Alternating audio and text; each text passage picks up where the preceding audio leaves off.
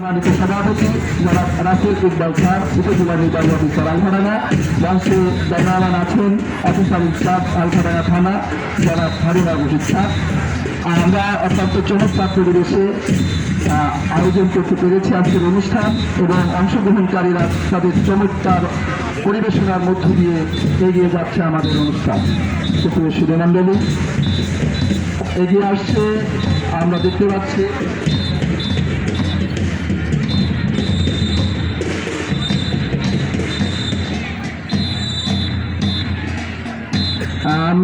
পাচ্ছি সম্ভবত শেষ দলটি জাভেদ পারভেজ মেমোরিয়াল ইনস্টিটিউট, তাদের দলনেতা ফয়সাল আহমেদ, তার নেতৃত্বে যুক্ত পদক্ষেপে এগিয়ে আসছে সেরুটিং মঞ্চের দিকে।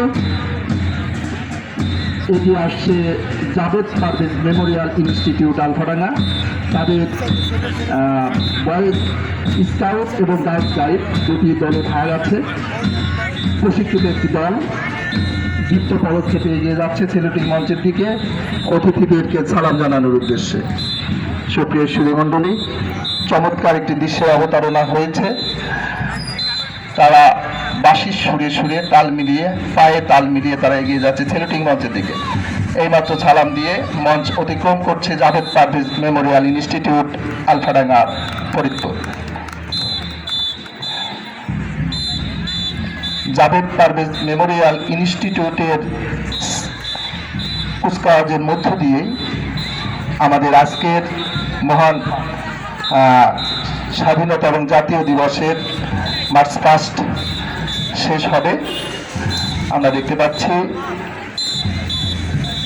জাভেদ পারভেজ মেমোরিয়াল ইনস্টিটিউটের শিক্ষার্থীরা এইমাত্র তাদের সেলুটিং মঞ্চ অতিক্রম করে গেল। আমি আমার মাইক্রোফোন তুলে দিচ্ছি জনাব মাহিদুল হক স্যারকে পরবর্তী ধারাভাষ্য দেওয়ার জন্য।